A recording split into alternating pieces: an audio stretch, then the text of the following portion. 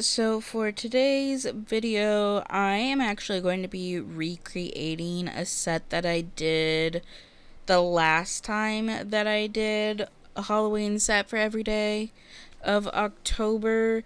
It was this really pretty, like, white and gold set that I did, and I remember thinking that that would be really pretty for a fall set.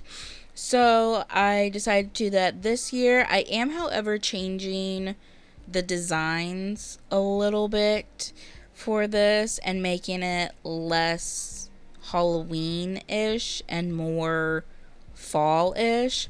So to start off, I'm just taking the white from Ballpit and I'm painting all of the nails with this. I did 2 coats of this and I cured each coat for 60 seconds. Actually, I lied. I did not paint all of the nails with this. I only did the 3 middle nails with the white. So the ring, middle, and pointer. The other 2 nails, the pinky and the thumb, I painted with a nude color. I don't know. I'm so used to saying that I painted all of the nails with one singular color, because that's usually what I do most of the time. It's just kind of like I'm kind of on autopilot a little bit when it comes to starting out here and saying what I'm doing and like the bases that I'm using, because that is how I usually do it. I usually go across and do all 5 of them, but that is not what I did this time around.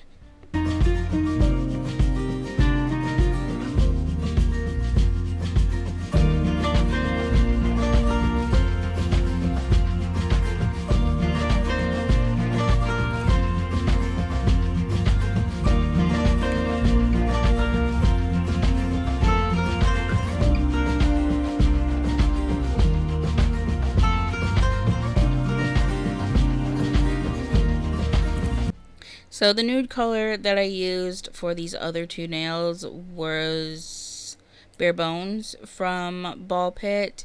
I want to say I did 2 coats of this.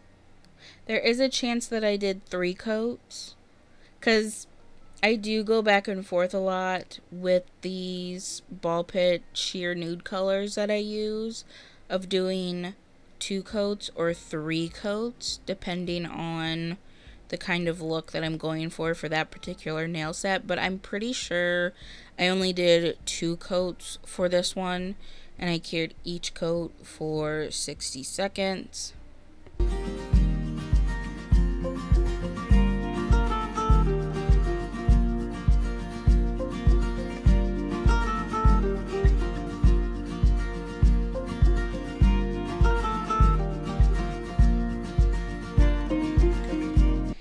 And I didn't show it, but I did wipe off all of the nails with some alcohol to remove the sticky layer, because I am doing some nail art on top of them.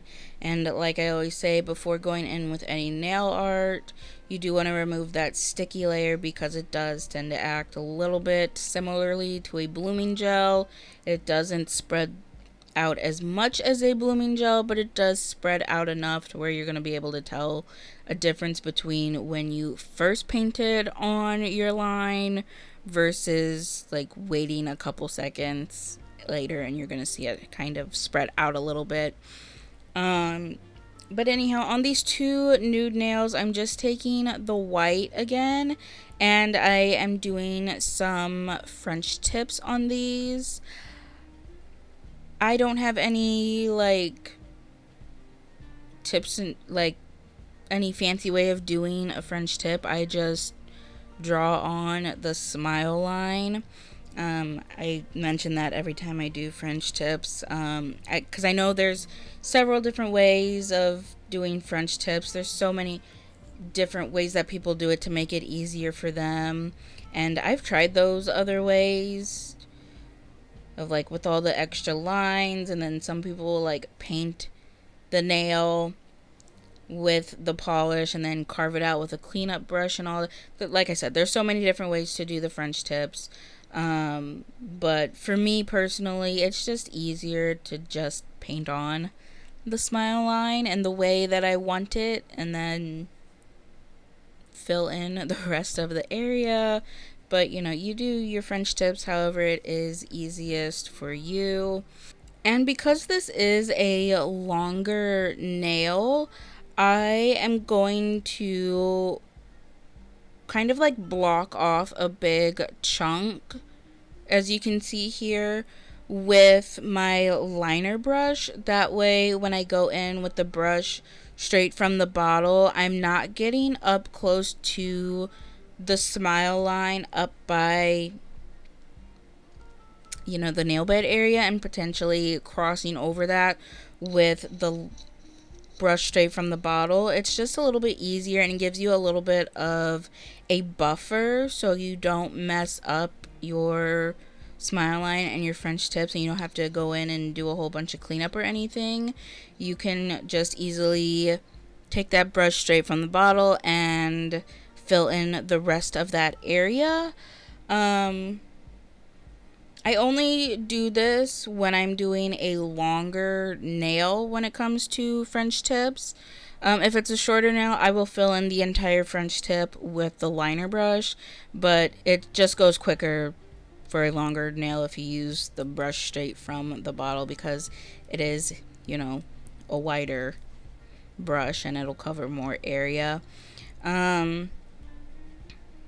Also, for these French tips, I am using a 12mm liner brush.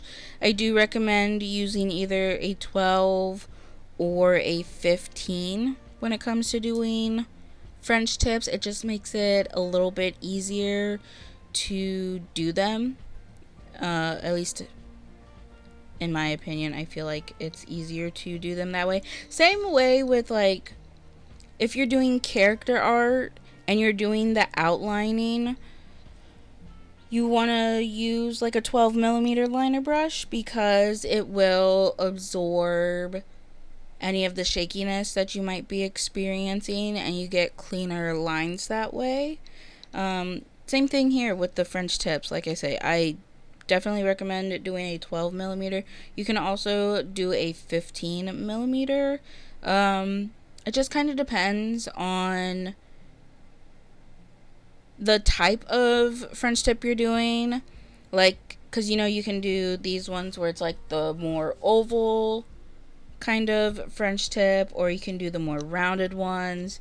Those are actually, that kind of French tip is actually coming back a lot lately, I've noticed. A lot more people are doing that. The kind of French tips that they did in like the 90s and early 2000s versus this more like modernized French tip where it's the long, like, almondy shaped nail bed area. There's also V French, where you have like the V shape. I mean, that was pretty self-explanatory there, I think. You could also do like abstract French tips and whatever. But yeah, kind of depending on the type of French tip you're doing. I feel like for the V French and like these where it's more of the oval type of French tip, or like where the nail bed, the extended nail bed, if you're doing like an extended nail bed, I feel like that is a lot easier to do with a 15 because you're doing a longer line. Whereas if you're doing more of a classic kind of French tip, or you're doing a shorter nail bed or something like that, it might be easier to just use a 12mm. But like I always say, you do what's most comfortable for you. Use the brushes that are most comfortable for you to use. It took me a while to get used to using longer brushes. Because for a long time, it also took me a long time to get used to using shorter brushes as well, because for a long time I would mainly just use an 11mm liner brush just because that was what was most comfortable for me. But then once I started doing more nail art and realizing I can't really do everything with an 11mm, I started venturing out and trying different sizes. And yeah, it definitely, I've definitely seen a lot of improvement with like choosing different brush sizes, because brush size does matter depending on what you're doing. But like I said, with doing a French tip, you can use just about any brush size you want. I personally recommend a 12 or a 15, but you do what like I said, do what's most comfortable for you. After getting that all cured, I think I only did one coat for the French tips. Did I? I don't remember. I'm pretty sure I only ended up doing one coat on the French tips, the white on the French tips, because I didn't feel like I needed to do a second coat. The white from Ballpit is super pigmented. It is a one coat coverage polish, so yeah, I didn't really need to do a second coat. If you want to do a second coat, or you feel like your white needs a second coat, then you can do a second coat, but I'm pretty sure I only did one coat. Cured that for 60 seconds, and then I went in with the anti-chrome matte top coat from Ballpit and applied that to all the nails, because I am going to do some isolated chrome designs, and that matte top coat works great for isolated chrome designs. So I applied that, cured it for 60 seconds. Now I'm going in, still using my 12 millimeter here, and using the Emo Black Liner Gel from Ballpit. I pretty much always use this for chrome designs, like if I'm doing any kind of isolated chrome design, just because it works really well, and I don't have to do any kind of mixing of like clear top coat and a black gel polish or anything like that. It just makes it easier for me. But obviously, if you don't have this liner gel, any kind of non-wipe liner gel will work, or non-white polish will work when it comes to chrome. You just kind of have to figure out how long you have to cure it for. Usually 15 seconds is good to get the chrome to stick. Sometimes you might have to do it a little longer, some you might have to do a little shorter. That's just, you gotta trial and error that.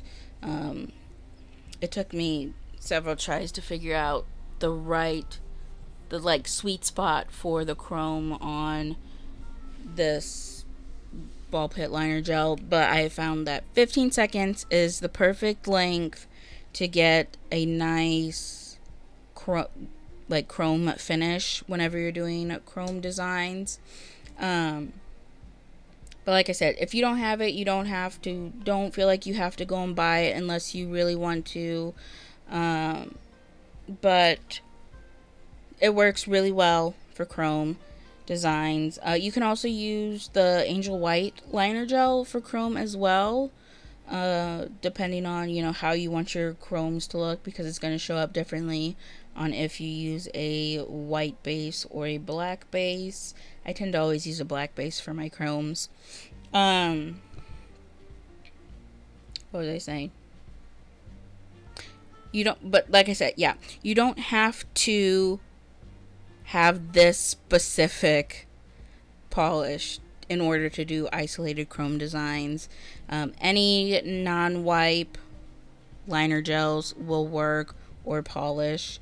You could even just use a regular non-wipe top coat for this.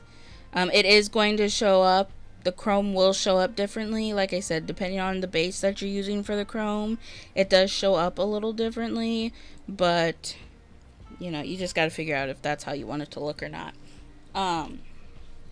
But also you could mix in some black polish into like your top coat and then do it that way, and the chrome should work.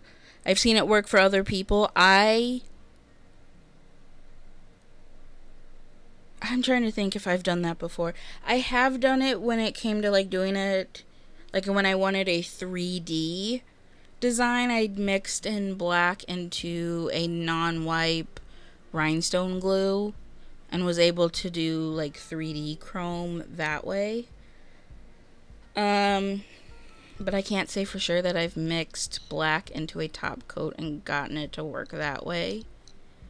I don't think I've ever done that before, but I know a lot of people have done it, and it works really well for them, so you could try that. Again, like I said, you got to try and figure out, like, it's basically the cure time, and you got to figure out, like, how long you actually have to cure it for. Some stuff you have to cure for a full 60 seconds. Some you only cure for 30. Some 15. Some people I've seen only cure for like 10 seconds and it works. So yeah, when it comes to chrome, it's hit or miss, and you basically just have to test things out and see what works and see what doesn't, which is really annoying because, you know, you'll see people saying one thing, but it doesn't work for you, but also, like, you're using different products than them. So yeah, Chrome is one of those things that, like, when you don't know how to get it to work, it's really frustrating, but then once you finally figure it out, you're like, okay, it's not too bad. Other than the mess. Like, the mess of Chrome is annoying, but, like, actually doing it isn't too bad. Anyhow, I went on that whole ramble and didn't even explain what I was doing. I'm doing this kind of, like, plaid type of look on these French nails. As you can see, I don't even necessarily know if I can really call it plaid, because it's not like the full kind of plaid design. It's just kind of like, I guess, what would be the accent line for the plaid. I don't know. I thought it would be nice to do like a plaid kind of like design, because I really didn't know what to do on that, because I think on the original set, I'll try to remember to put up the picture from the original set so you can see what that set looked like, but I think on the original I did spider webs on those ones as well as the middle nail. And that made it very Halloween-like, and like I said, I didn't want to do Halloween for this one because I am trying to make it more fall, and I just felt like spiderwebs didn't fit that, and I felt like a plaid was going to work better, but like I said, it's not really a full plaid design, just kind of like a partial plaid design, but I think it still looks really nice.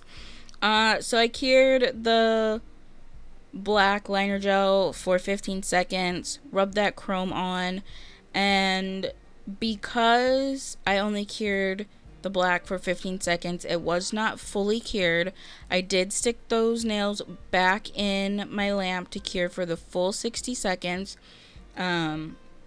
because the chrome powder is not opaque. It looks opaque when you put it on a base, but if you were to put it on a clear nail, you can see through chrome, even if it is a gold chrome or like a blue chrome or a pink chrome or whatever, and not one of those like clear chromes or like the white chromes or whatever, you know, where you can see the design through or see the rest of the nail through. Even these like what look like opaque colors are still also see-through, so you can cure through that. And if you are only partially curing the polish in order to get the chrome to stick on, you do want to make sure you stick that back in the lamp after you get the chrome on and fully cure it. That way you don't have any uncured polish on your nail. For the, what nails did I do these on? The ring and the pointer, I did pumpkins. I did this on the original set with the pumpkins, but on the original set I did 2 pumpkins on each nail, and then on this set I only did 1, and I really liked how it looked with only 1 pumpkin over 2 pumpkins. However, I feel like I should have done the pumpkins a wee bit bigger, because they're just kind of at the bottom, and then there's all this empty open space at the top, and I'm not really a huge fan of that.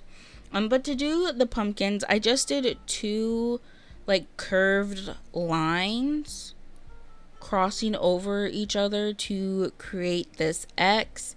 And then from there, on the left side and the right side, on the like in between the lines, you can see here, starting from that middle point, I just did a curved line to follow that. And then there in the middle, in that big open kind of like triangle space there, I did 2 more kind of curved lines to create like the ridges of the pumpkin. And then for the stem, I kind of did like a little upside down triangle situation. But the one line, not this line, but the other line, I tried to like curve it a little bit on them to make it look more like a stem. And then cured for 15 seconds, rub the chrome on, and as you can see, the chrome doesn't stick to the base of the nail because of that matte top coat. And then I wasn't sure what to do for the middle nail because, like I said, on the original I did spider webs, and I mean, I guess I probably could have done the spider webs, but I just feel like spider webs doesn't really go well with fall. It's definitely more of a Halloween situation there. So I decided to just do like a rhinestone thing design, I guess. So I took my, what's it called? The gummy jelly from Nail Couture, applied that to the entire nail because I didn't know what I was going to do with the rhinestones.